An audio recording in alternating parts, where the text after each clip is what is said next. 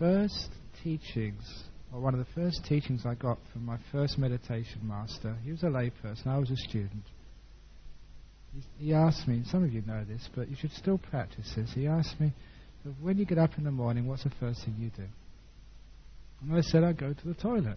He said, of course. He said, great, in that bathroom is there a mirror? And I said, yeah, of course there is. He said, from now on, I want you to go into that toilet, even before you go into the toilet, stand in front of that mirror and smile at yourself. So the very first thing. And I said to that man, I said, sir, when I get up in the morning, some days it's impossible to smile. You know what it's like? And this man said, doesn't matter. If you find it difficult to smile in front of the mirror, get your two fingers like this, put them on the side of the mouth and push. Push up.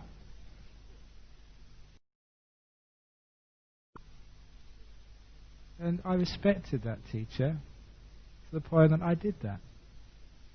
Every morning for about 2 or 3 years, and I still do it now and again, for 2 or 3 years, the first thing I did when I got up, if I couldn't smile at myself, I'd make this funny face in the mirror of this person trying to smile.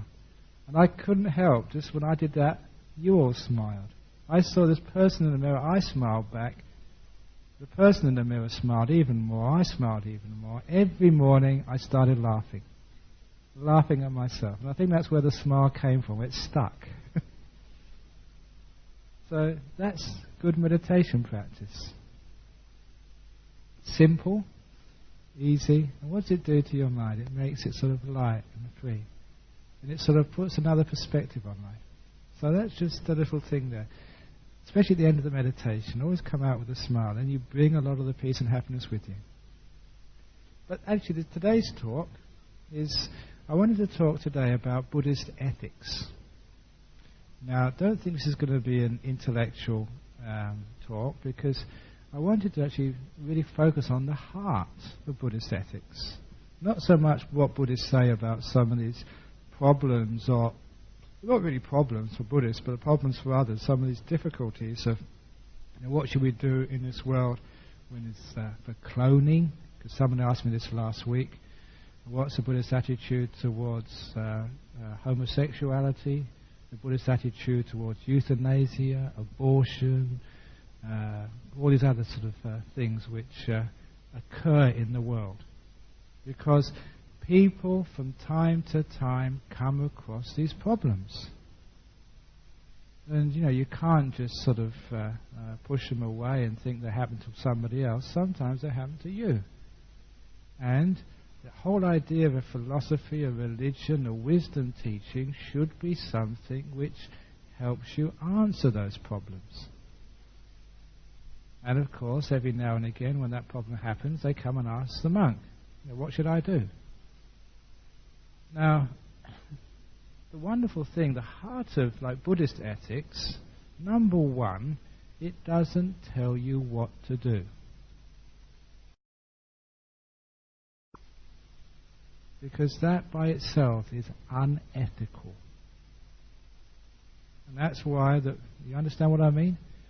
Because that's why that in some other philosophies, religions, and sometimes even some Buddhist teachers, that the idea of answering your questions for you and telling you what to do is what we call disempowerment.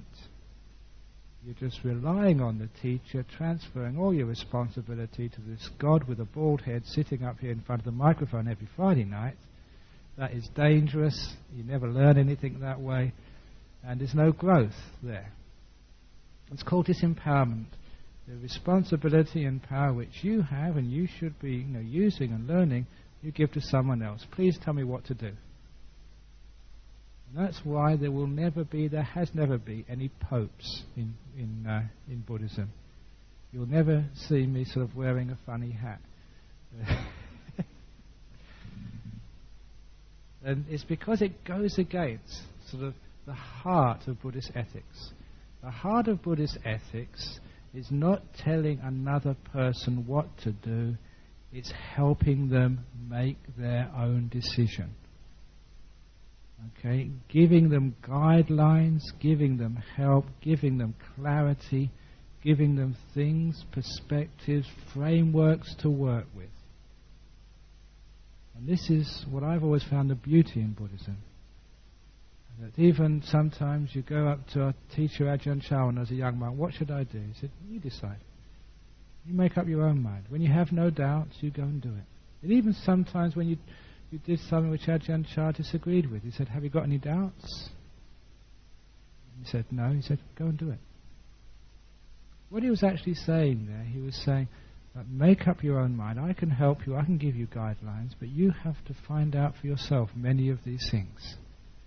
But fortunately, that we're not just left like a ship without a rudder, so just to roam around. There are some very beautiful guidelines which Buddhism gives us to be able to answer some of these very difficult questions in life, which really sort of test people. Sometimes there are women who have babies and they're thinking about having an abortion, or someone is very sick with cancer and they want to have euthanasia, or there's some of these other moral dilemmas which people have, like cloning or whatever. So people have to have some help.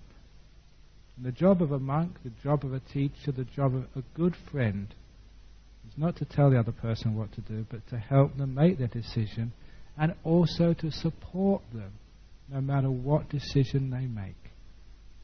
That's why just recently when we had a group of people come up to our monastery, I told them that in a Buddhist monastery, of all places in the world, this is my aim, my ideal in a monastery down at Serpentine, is to have a place where people can make mistakes. Because you know what it's like when we're so afraid of making mistakes and we can't make mistakes and we're just so scared of making mistakes? We make more mistakes. Because we're frightened. When we're frightened, we're not aware, we're not relaxed, we're not clear. And that's when we make even more mistakes. When you say that in a monastery it's a place where you're allowed to make mistakes, means, okay, I can help you, but you make your decision. Whatever decision you make, as long as you've considered, you won't call it a mistake, you call it like learning. And I'll support you afterwards, whatever that is, because I understand. Like the other day that somebody asked me to go, who was actually talking, asked me about sort of how do you bring up your children? Should you teach your children to obey your parents or not obey the parents? And they brought the children to me and said, go and take them to somebody else. I didn't obey my parents. So how can I tell someone else to obey theirs? I'll be a hypocrite. Or somebody was saying recently, sort of, that you shouldn't do these things, you shouldn't do these things, but I did those things. How can you tell someone not to do what you did? And I learned from those mistakes. And in one sense, you're glad you did them. Because that's the only way you can learn. So it's not really a mistake. We call these learning experiences. And when a person feels that they're not going to be shouted at, they're not going to be disparaged, they're not going to be made to feel low and miserable, it gives themselves the freedom to make these decisions without fear. This is one of the first things. Actually, the Lord Buddha, when he's talking about how decision making should be made, he said there's 4 things you should always consider when you're making a decision. That you don't act out of selfish desire, you don't act out of ill will, you don't act out of stupidity, and you don't act out of fear. And I'm sure that you've had occasions when you've been in a decision-making position, whether it's your own life or someone else's, in a company or a business or an abbot of a monastery. When you're making a decision, why are you doing that? And sometimes, if it's out of fear, because you don't want to be criticized or you don't want to sort of have problems afterwards, that's not a good reason to make a decision. That real decision makers should be fearless. I know this is right, it feels right for me, hang the consequences. What other people say about me, well, that's it. nor selfish desire. What can I get out of this? Not ill will. I'll do this because I want to hurt somebody. And certainly not out of stupidity. So it's out of stupidity is one of the reasons why that people make a mess of things.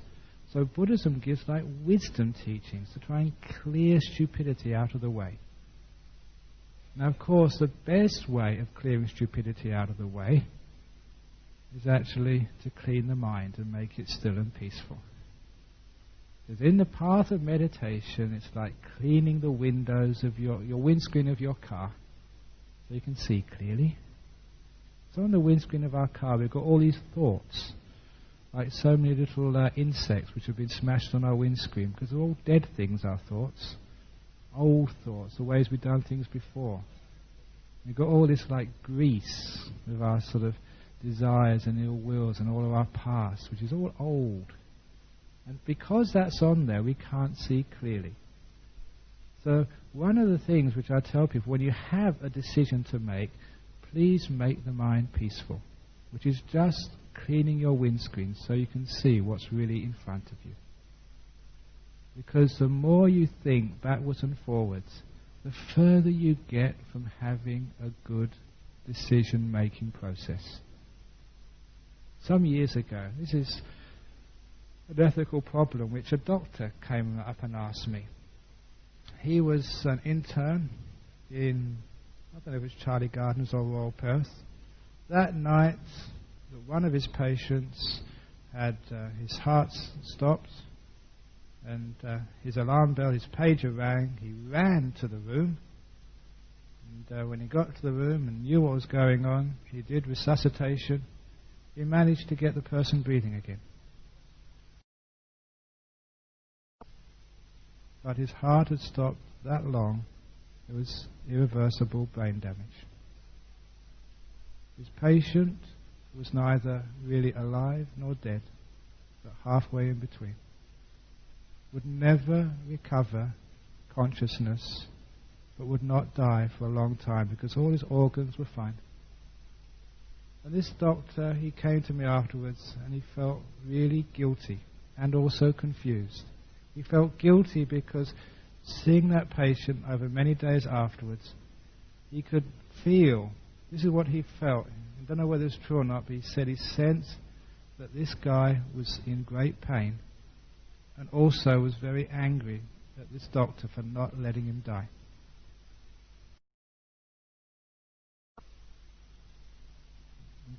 He may have been imagining this, but a lot of times, you know, that people can feel what's going on. But anyway, this was a problem for him because he put this guy in this position where he'd be sort of hospitalized and institutionalized for so many years. So he asked me, if that happens again, what should I do? Practical question. You have to give a practical answer. This is not something which you can actually say, yes, do this, yes, do not do that. How can you say what to do? But what you can say is how to find out what to do. And this was an example of how I could use Buddhist teachings to empower this doctor to face that situation next time and do a little bit better. I said, the next time that happens to you, when you get to that patient's side, pause for a few seconds. And when I say pause, I mean really get your meditation together very quickly, just for a few seconds. Present moment, silence, shut up, and listen. Listen in silence, in that deep silence where you can actually feel that intuition which so often tells you what is the right thing to do. You cannot tap in to such wisdom when you're worrying, rushing around and thinking so much. That's why people make so many mistakes. When you're thinking so often, it's desire, ill will, certainly delusion, and a lot of fear comes up as well. If I let this guy go, what will the hospital do? Will they sort of sack me because of incompetence? if I revive him, what will I do? Will he be brain damaged again? Oh God, what will I do? You're so afraid. Never can you get wise and know the right thing to do if that's where you're coming from. So when you have some silence, so often you can know what to do. So the answer just comes from the inner wisdom, intuition if you like. And that's what I told him to do. Great advice, not just for a doctor, but other times when there's an emergency where you have to act quickly and you're not quite sure what you're supposed to do. Shut up, be quiet, very still, and then do something.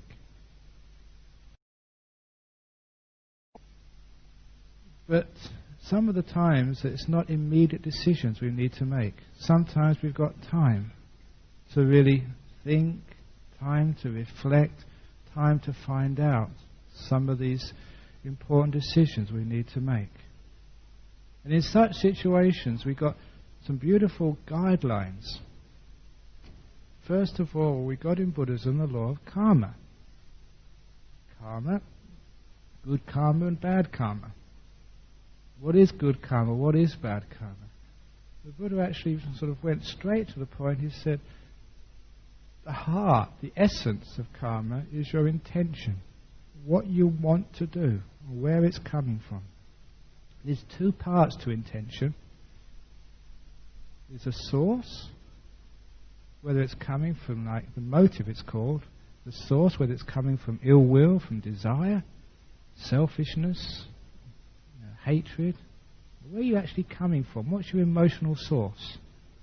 And the other part of intention is your goal. What do you hope to achieve by this? And once you understand those two parts of intention, you can have a good idea of whether it's good karma or bad karma. Usually if it's coming from a bad source, it'll always be a bad karma. So if you are coming from any of those sources, if selfish desire, what I want, what I need, rather than considering other people. If you're coming from ill will, hatred, just so niggardly, I'm going to teach that person. Well, I don't care. If it's coming from ill will, if it's coming from fear, you're just so afraid that you can never make a good decision when you're afraid, usually. Or just simple delusion. If it's coming from those root defilements in Buddhism, going to be bad karma, almost certainly. So if you're going to make a decision, make the mind pure of those things. And it's not that hard to purify your mind for a short time. Sometimes it's impossible for other people living in the world to live without anger and ill will and selfishness from time to time. Like, be honest, we're all a little bit selfish from time to time. But when you're making an important decision, be aware of those problems, which are the source of bad intentions. Let them go for a few moments, and at least you know you're coming from a good place. If possible, develop what we call the purity of loving kindness, which is not just for one person, not just for all people, but for you as well. So I want to come from loving kindness. I want to come from peace. I want to come from giving. If it's a pure motive, then you're almost home. And the other thing is, what do I want to achieve from this? Is this what I'm going to do really going to be for the happiness, the well-being, the usefulness of the majority, of most? And if you know your intention is coming from the right place and it's going to the right place, then that in Buddhism is called good karma. So you don't have to think, well, the Buddha said killing animals is wrong, or the Buddha said this is wrong, or that is wrong. You go into the heart of it. Now, why killing animals would be wrong, or why that would be wrong, or why that would be wrong. For example, when I was in Singapore recently, it was a very oppressive society there, and there wasn't much freedom there, and there was many of the young Buddhists over there were homosexuals. And they actually wanted to start a Buddhist club for homosexuals. And the government stopped them. And so they asked me a question. They said, what do you think about that? And I was honest with my own experience. Before I was a monk, I wasn't born as a monk. I keep telling people I was a heterosexual as a monk. And even when I was, because you were heterosexual, sometimes I was actually scared of homosexuality. It was just almost like a male response. I remember once, this was many years ago, here in Perth, that I was going into Perth to do some business. I'm not sure exactly what shop or immigration department or something. And the anagarika took me in the monastery vehicle, parked in one of the multi-story car parks, and he wanted to go to the toilet. It was a long journey from Serpentine. And he refused to go in the toilet in the multi-story car park. He said it was dirty in there. So he said he knew a cinema where there was a foyer, I think it was in Hay Street somewhere, Murray Street. And in that cinema there was really nice clean toilets in the foyer. So I said, okay. So we went there into the front of the cinema. I stood outside while he went into the toilet. Okay, it's nice and easy, but what happened next? I was standing out there in my robes, just wasting time, just looking around. And then this guy came up to me and said, "Excuse me, have you got the time?" Now, I'm a monk, I'm very naive, I don't know these things. And also that you don't wear a watch. So I said, no, actually I haven't got the time.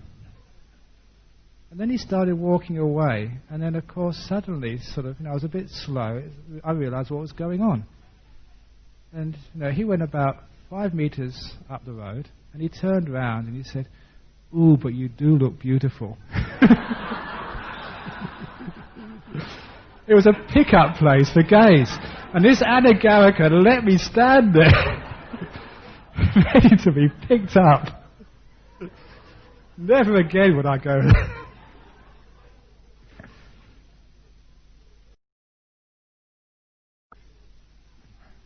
So you have some funny experiences as a monk. I really told that anagarika off when he came out the toilets. Don't do that again to me.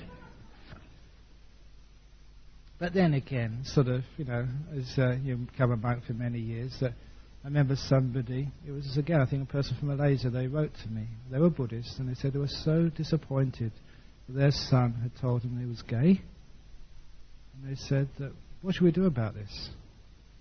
I told them, I said, look, you're a Buddhist, you practice metta, loving kindness. And there's a chant we do, loving kindness.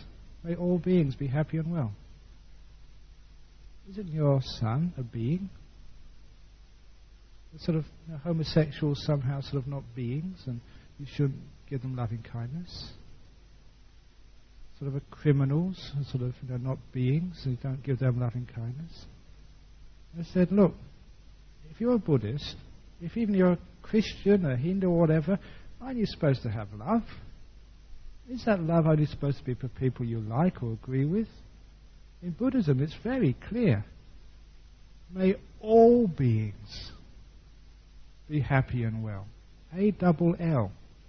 Not S-O-M-E, not some, but all. And I told this to the lady, look, the Buddha said you should give loving kindness to all beings, no matter who they are, even if you feel uncomfortable with them.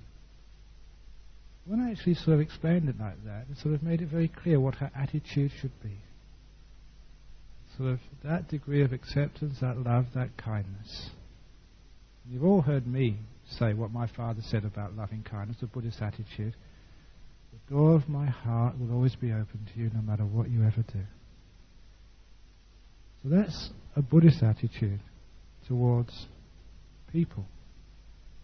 You might not agree with what you do, you might feel even uncomfortable with what you do. I'll always be kind to you, never reject you, and try to understand you as best I can. So when you have that understanding of karma and your response to that, it gives you a good understanding of actually how to deal with these things. I've also got just going off on a tangent for the moment about cloning. Somebody asked me this, and for me I don't know why people make such a bother and problem about these things. Because one of the problems with the ethics of the Western world is they don't take into account, and I keep on mentioning this in Buddhism, the primacy of the mind. This stream of consciousness which goes from body to body, it's not a self, it keeps changing time from time. It's a process, not a thing, because when I talk about the stream of consciousness, sometimes people come up afterwards and they start to say, doesn't it say in Buddhism there's no self? It's true, there's no self. This is a stream of consciousness. The Buddha said this. And it's like a stream, just like a river passing under the bridge. It's never the same water, even after 5 minutes. That's why it's anatta, non-self. But it's a stream. That stream of consciousness which goes from life to life, sometimes in this body, sometimes in that body. So cloning, creating a body, however you create it, is just a vehicle, that's all. And the stream of consciousness which goes into that being or doesn't go into that being carries its own karma with it. And if you clone sort of 3 or 4 Ajahn Brahms, they will give completely different talks on a Friday night, I guarantee. It will not be the same person.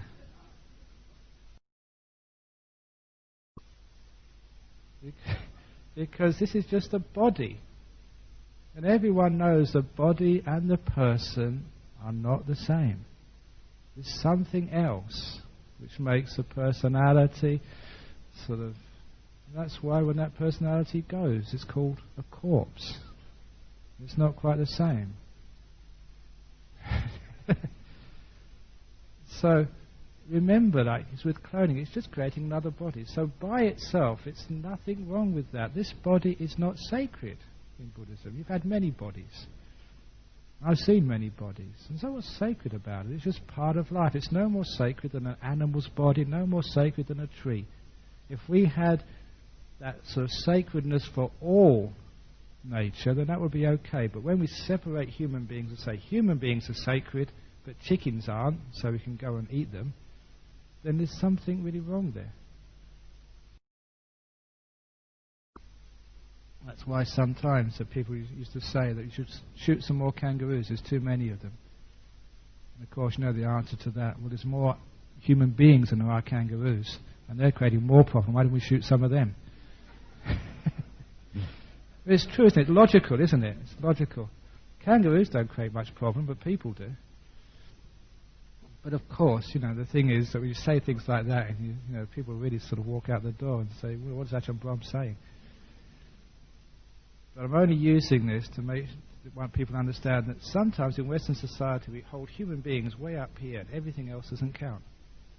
It's interesting this because in so-called European civilization, I can say this because coming from a European country, in history, Europeans were up here. And whether Asians or whether Africans and everyone else, they didn't count. It was like this terrible sort of racism.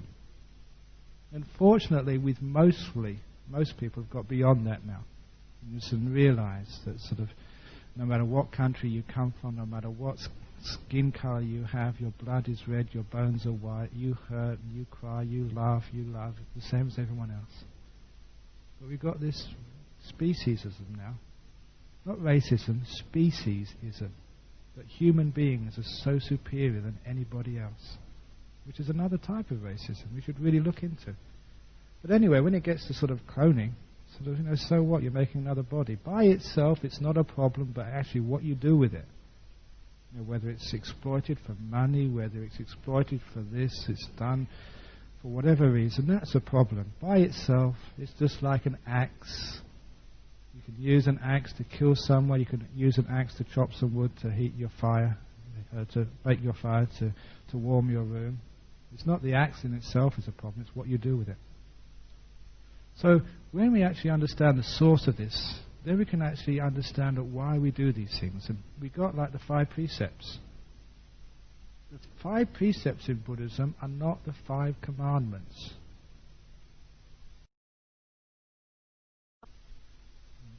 This is an important point which many monks have mentioned here. We should always keep in mind. 5 commandments are telling you, don't do this and don't do that and don't do the other thing. That's a commandment, isn't it? Now, why do people keep commandments? Out of fear.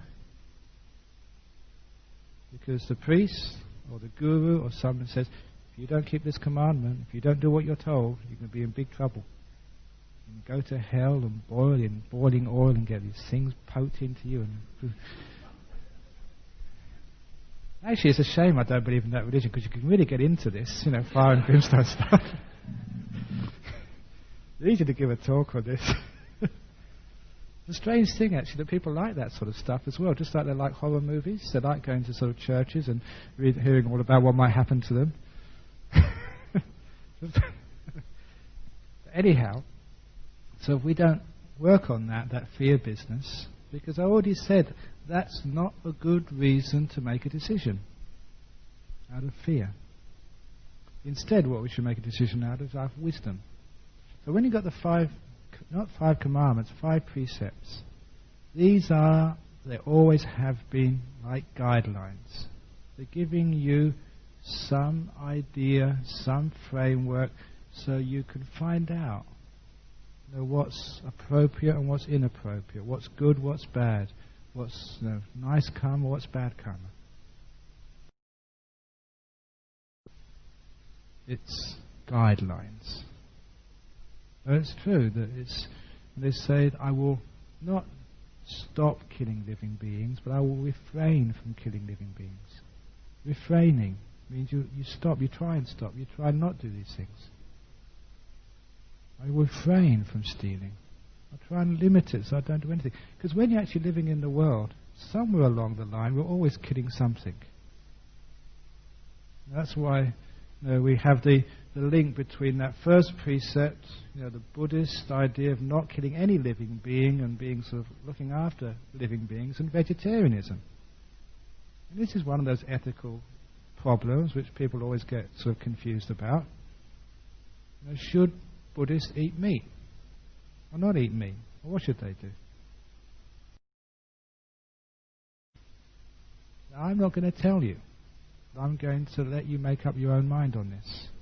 What I'm going to tell you is example from my own life. Once, I was a young Buddhist, a student, and I was a very strict vegetarian. I was so strict that I couldn't even pass a butcher's shop. I had to actually cross to the other side of the road and walk on the other side of the road and then go back again. And my mother, who would eat her fish and sausages and things like that, when it was time for me to make my meal, I would scrub the frying pan 3 or 4 times to sort of disinfect it.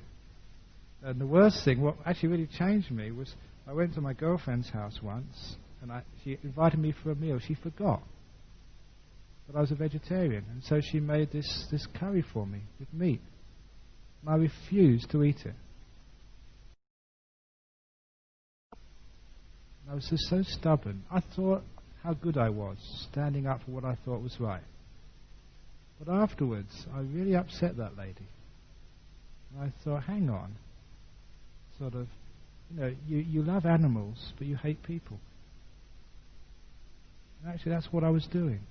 I wasn't being sensitive to the human being. I was only caring about animals. And as I started to look afterwards, even if you eat rice and veggies, those rice, if you've ever been to Asia and seen a rice field, if you've ever gone to a farm and seen how vegetables, even organic vegetables, they have to be dug into the soil. The fields have to be ploughed. Many animals die for every bowl of rice which you eat. The point is that human beings cannot live without the sacrifice of other animals. And as far as Buddhism is concerned, that we cannot stop that, we can limit it. Limit our harm to as much as we can. So this is why we refrain from killing living beings. We try and stop as much as we possibly can. And I tell people there's 2 occasions in my monastic life, I've been a monk now for 27 years, when I deliberately killed a living being. I confess. First time was many years ago. I had worms. It was them or me.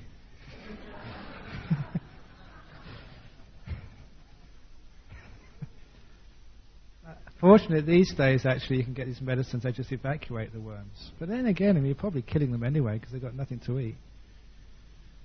And the other time, actually, there was a plague of these hornets in our monastery in Thailand. It only happened once, and I've checked, they haven't been back again. And these were forest, jungle hornets, and they would make these nests under the monks' huts. And you'd be about 10 or 15 meters away. And these soldiers, or whatever it was, they'd about 5 or 6 of them at a time. They'd come at you and they'd sting you together. And I got stung by 4 of them once, and that really hurt. You really, you jumped, even though you're supposed to be mindful. You couldn't. Ah! But then there was one poor monk got stung by 7. And, just all at once, and he had an allergic reaction. He stopped breathing. He went blue. Unfortunately, one of the monks there was a medic and knew what to do. He actually threw him to the ground. And I was there at the time, and just this Australian afterwards thought he'd been injected with something. He said, "What are you giving to me?" Because he actually before he said, "I'm dying, I'm going, I'm going." He could feel himself dying. But then afterwards, when he went down to the ground, sort of some more blood came through or something. It reversed the reaction. And he said, "Oh, what do you give me?" "Oh, this feels great. I'm coming back again." And so he started breathing again. But after that, I realized that these were actually very dangerous for all the monks. And so together with another monk, sort of, with a long stick, sort of, we poked the nests down so they fell on the floor. The hornets would be okay, but I knew that the eggs, which were being guarded, would be eaten by the ants. And I decided that someone had to do that. I took karmic responsibility for that. That's what I did. Those are 2 times. What I did before I did that is I said, what am I doing this for? What is my motive behind this? Am I really doing this because I hate hornets, or is it because I think that, out of loving kindness towards the other monks? Or I had to make a hard decision. And that's what I did. I checked my motives. And I checked, what's this going to do as a result? Where's this going to end up? And I did it with clear mindfulness, not out of fear, not out of selfish desire. It wasn't for me. And that's the way I made those decisions. Because the 5 precepts are guidelines. The other story which I give is not lying. It's strange actually that so many people say of those 5 precepts, the one which is hardest to keep is that 4th precept, not lying. Because in our society, sort of, lying from time to time is almost expected. I took the monk with me, Venerable Kemawaro. He's an American citizen, but born in Vietnam. I took him to the immigration department. There's all sorts of trouble because we can't lie. So he said, no, he wants to be here for 1 year. He said, when he was in Thailand, why don't you just do it for 3 months and he can have another 3 months afterwards? But we can't lie. We say he wants to be here for 12 months. We're not going to say 3 months or 6 months, 12 months. And we create a lot of problems for bureaucrats when we refuse to lie.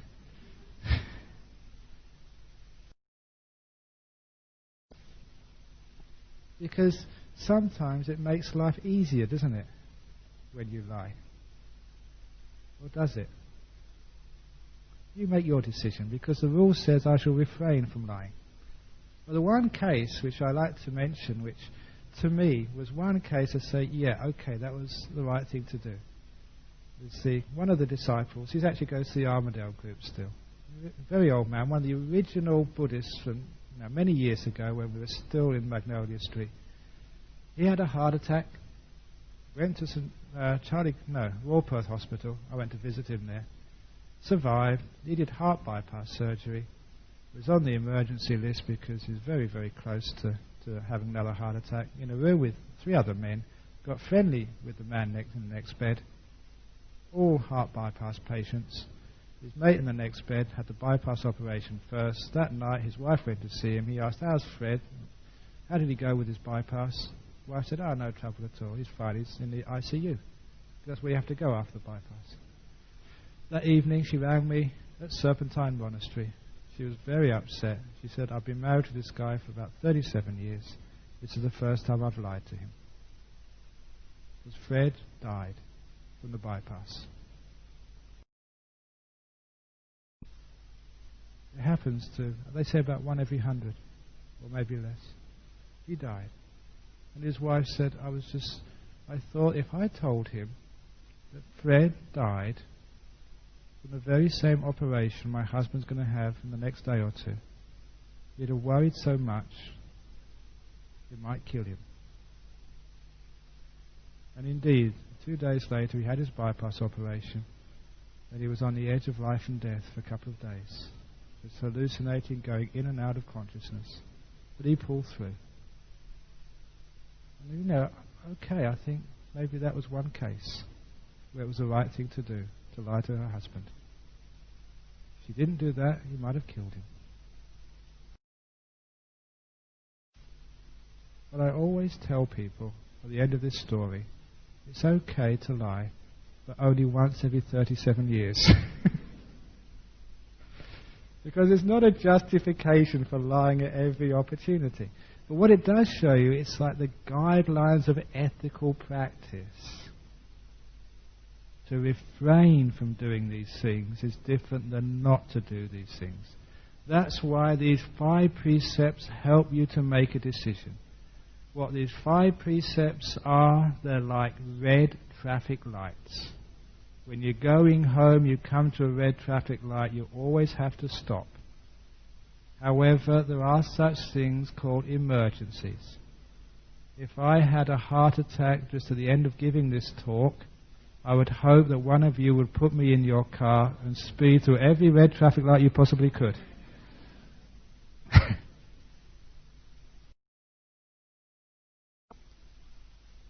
But I hope that when you come to that red traffic light in an emergency, you wouldn't just go all the way through. You'd pause. Red means danger, and you'd look both ways. And only if it was safe, you'd go through that red traffic light. And this is the simile for the precepts. 5 red traffic lights. You should always stop and think, if you're going to go through them, only in emergencies, what are you doing and why? Is it really safe? Because most times if you go through a red light, you're liable to be caught by a car coming the other direction. And there'll be many fatalities, not just one. When you're going through a precept, be very, very careful. Most times it's extremely dangerous. Only in emergencies, only when you look right and left, and you're very, very, very clear that it's safe and it's a special situation, only then go through. One time every 37 years is okay, but not more than that. And that also opens up what we mean by abortion and euthanasia, killing of a life. Red traffic light. Stop. Don't just take these things, just easy. Just, okay, I'm pregnant again, I can't look after this child, just kill it. Don't just act like that. But don't just say all cases, abortions are absolutely wrong and evil, and go up blowing up abortion clinics. That's not Buddhist either. You're saying 99% of the time it's the wrong thing to do. There'll always be that 1% of time. And the only time that you can make that decision is by looking at your intentions. Your motives first of all. What am I doing this for? Why? What's going to be the results in the end? If I keep the child, if I have the abortion, what's going to be the results? Please don't act out of fear, what other people might say. Please don't act out of delusion, just being so confused and told by other people what you should do and what you shouldn't do. Have that strength, that wisdom, that clarity, and feel what's the right thing to do. Most of the time, if you really act on that feeling inside, that kindness, you probably keep the child. But if you decide, then as a Buddhist monk, I'm not going to excommunicate you. I'm not going to say you're evil and you're bad and you're a murderer. I'm going to try and understand why you made that decision. And say the door of my heart's open to you no matter what you do. Even if I can't understand, because I'm not the one who is carrying the child. I'm a man, I'm a monk, what do I know? Sort of really judge somebody else. But I can give you support. I can help you make a decision. but I can't make the decision for you. And I can support you, whatever that decision is. That's what we call kindness, loving kindness, understanding. That's a Buddhist thing which really inspired me. And that's the same with the euthanasia. I'm not in the position, to be the son or the daughter who's asked by the doctor, shall we sort of do this or shall we turn off the machine? I'm not the person who's in the bed who's had cancer for so many years and who's just living just a low quality life. How can I judge? So something inside of me just really rejects that sort of judgmental part of some religions which say that's evil, that's bad, you can't do that. What I say is that this is a very difficult decision for a person. I will try and help them make that decision. Please don't act out of fear. Please don't act out of, selfish desire, just what's good for you, because your actions affect so many other people. Don't act out of ill will and hatred. Act out of clarity. Just take time to consider, what you're doing, why, what the reactions are. It's a red traffic light there. Usually it's wrong, but it might be right. Be careful. Tread carefully in these places. If you follow that advice, you can usually make the right decisions. And it's the right decision, you make it by yourself. Whatever happens afterwards, your friends and relations should support you. Because these are such hard decisions. And people will make mistakes. And those mistakes shouldn't be used to send you to hell or to reject you, because if you have made a mistake, you don't want punishment. You want understanding, support, love, kindness. So these are ways which we can actually approach, like the hard ethical questions, which aren't just out there in theory. What do you believe about euthanasia? What do you believe about clothing? It's not something you talk about over a cup of coffee. It will happen to you in life. You have to face with these decisions, face with these choices. And if Buddhism or the philosophies aren't useful to you, and can't help you make that decision and support you before and afterwards, then this Buddhism isn't worth very much. So hopefully the sort of understanding the core philosophies, the core understandings, the core message will actually help people sort of live their lives on these edges of what's right and wrong, the difficult choices and decisions which we make in life from time to time. And the last thing which I want to mention on choices, ethical choices, and not just ethical choices, but just choices in general. The old saying, which I like to sort of share with everybody, because it comes up so often after the talk when people come and talk to me and they ask these questions, and so often it's the same type of question, a choice in life, what should I do? And when it happens to you, you've got a big life choice, you don't know what to do. Everyone uses the metaphor like coming to a crossroads in life. And when you come to a crossroads in life, you don't know whether to go left, to go right, to go forward, or to go backwards. What you should do is sit down and wait for the bus. Always remember that, a wise piece of advice. Always remember to sit down and wait for the bus. What that means is, sitting down means just sit down and relax and stop worrying and thinking so much about what should I do? Should I do this? Should I do that? Should I sort of, change my job, or should I change my husband, or should I change my clothes or hairstyle or whatever it is. If you think so much, you just get crazy and you never make a right choice. So sit down means shut up, just rest, relax. Waiting for the bus symbolizes if you wait and relax long enough, the right answer will just come to you. It'll be quite clear, because when a bus comes, all the buses, they've got the destinations on it. Wanneroo, Fremantle, City. And so you know where that road is going. And so if it is really Fremantle you want to go, once a bus comes, you know, that's the way to Fremantle. If it's Perth you want to go, that's the way to Perth. So sit down, and wait for the bus. So don't need to make decisions quickly, immediately, when you're unsure. Just wait, be quiet, and after a while, you'll know what the right thing is to do. The same with that doctor. You didn't have much time to sit down, just for a few seconds. But you really sit down, and the buzz will come in your mind. Resuscitate this guy, leave him alone, it's time to let go. And you'll know very often in your life what the right thing to do is as well.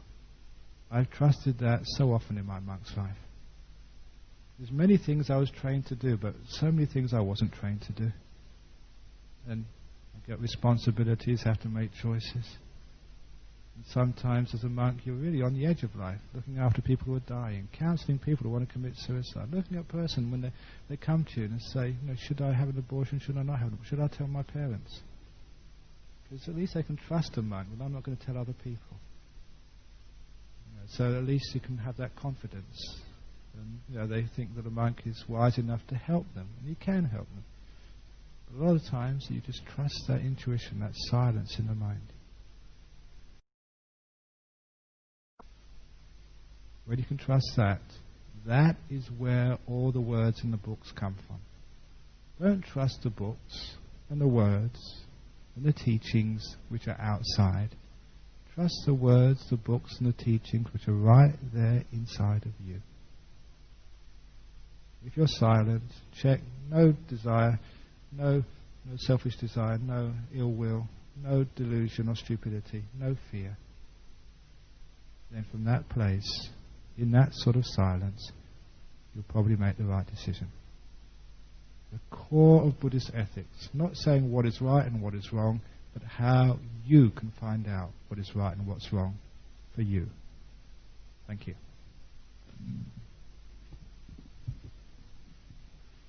So any questions about this evening's talk? Buddhist ethics. Or rather the heart of Buddhist ethics. Okay, go on.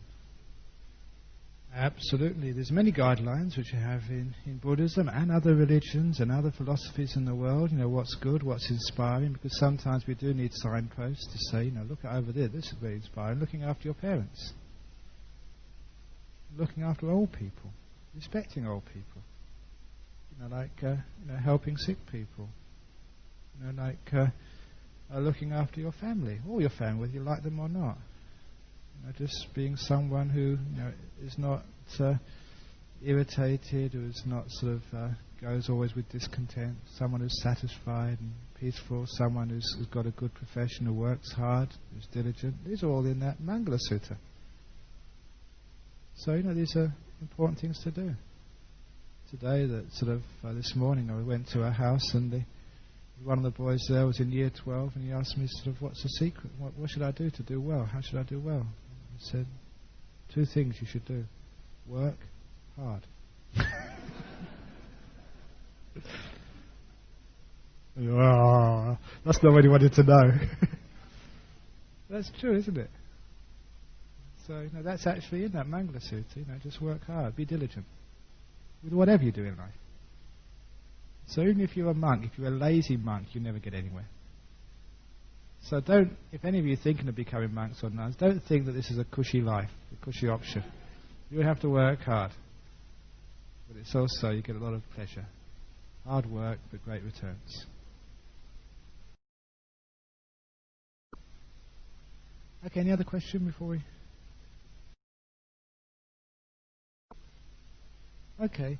Again, I hope I haven't given you answers this evening, but I hope I've helped you find your own answers, which is most important. I hope I've empowered you rather than taking the power away.